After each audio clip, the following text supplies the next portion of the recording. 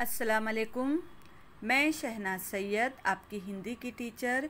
निबंध के पीरियड में तीसरी कक्षा के लिए आज हम पुस्तकालय पर निबंध लिखना सीखेंगे। बच्चों, पुस्तकालय का अर्थ होता है लाइब्रेरी। बच्चों, पुस्तकालय दो शब्दों के मेल से बना है।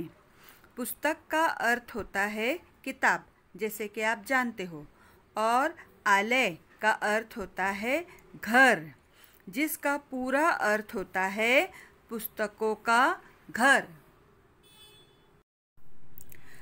पुस्तकालय में पढ़ने के लिए भिन्न भिन्न प्रकार के पुस्तकें होती है। विद्यालय में भी एक पुस्तकालय होता है, जैसे कि आप जानते हो हमारे स्कूल में भी एक लाइब्रेरी है ना। इसी तरह हर विद्यालय में एक पुस्तकालय होता है। विद्यार्थी अपनी ज़रूरत के अनुसार वहाँ से पुस्तक ले सकते हैं। वे पढ़ने के बाद लौटा देते हैं। पुस्तकालय के कुछ नियम होते हैं बच्चों, उन नियमों का हमें पालन करना है। पुस्तकालय के नियम हैं कि हमें पुस्तक पढ़ते समय शांति बनाए रखनी है, बातें नहीं करनी है ताकि दूसरे विद्यार्थी को डिस्टर्ब ना हो, और हम जो भी पुस्तक पुस्तकालय से लेते हैं तो उसे वक्त पे हमें वापस करना है। ठीक है बच्चों। जो गरीब बच्चे होते हैं, जिनके पास पैसे नहीं होते पुस्तक खरीदने के लिए, तो उन बच्चों के लिए पुस्तकालय बहुत लाभदायक होता है। वह बच्चे पुस्तकालय में जाकर अपने इच्छा अनुसार पुस्तक पढ़ सकते हैं।